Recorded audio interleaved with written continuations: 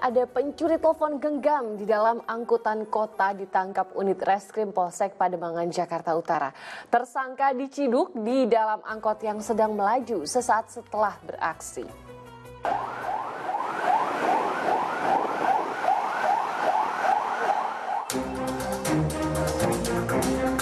Unit Reskrim Polsek Pademangan menghentikan paksa sebuah angkutan kota di ruas Jalan Lodan Raya, Pademangan, Jakarta Utara pada hari Sabtu.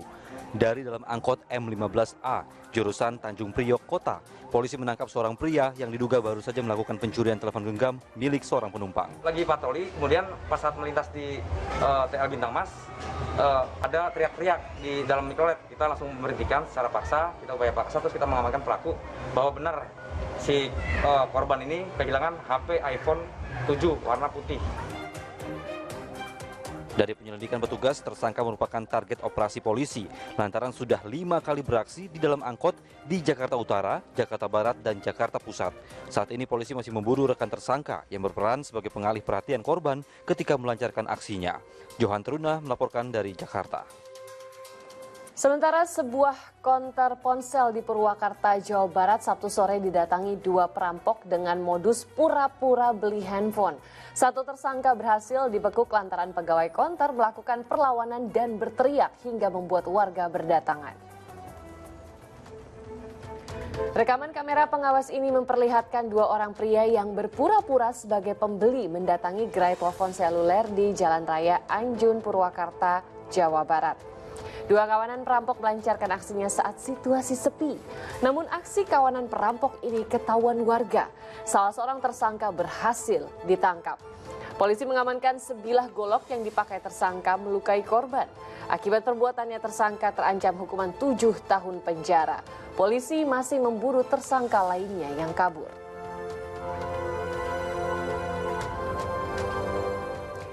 Cerita dari 2 berita di atas ini bisa menjadi pelajaran untuk kita agar selalu waspada dimanapun berada.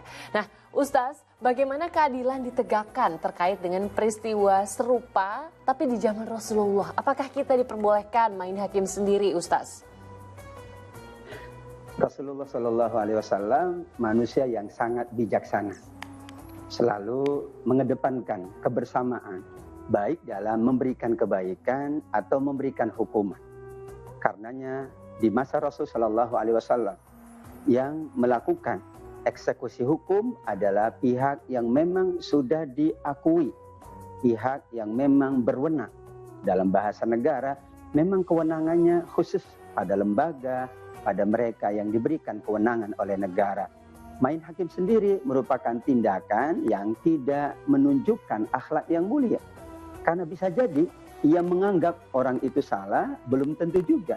Apalagi kalau setiap orang diberikan kewenangan, diberikan hak untuk melakukan hukuman dan sebagainya, terjadilah carut marut di dalam lingkungan masyarakat. Tetap saja mencuri, maling dan sejenisnya itu haram. Tetap saja itu haram dan layak dihukum sesuai dengan ketentuan yang berlaku.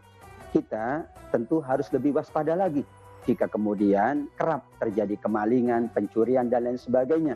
Namun mereka yang mencuri, mereka yang melakukan tindakan tidak terpuji tersebut, tetap saja harus kita bawa kepada pihak yang berwenang.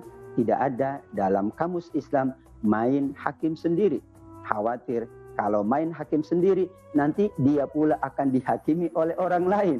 Terjadilah dalam bahasa agama itu al-maslahah, kemaslahatannya terganggu, yang terjadi adalah al-mafsadah, kerusakan demi kerusakan. Padahal seluruh ketentuannya adalah dalam rangka menghadirkan maslahat, bukan maslahat individual, tapi maslahat yang mengikat seluruh masyarakat insya Allah. Jadi mau semarah apapun gitu Ustadz ya, ingat ada pihak berwajib yang berwenang untuk memberikan hukuman gitu ya. Jangan ibaratnya malah nantinya tambah masalah gitu ya Ustadz ya. Betul.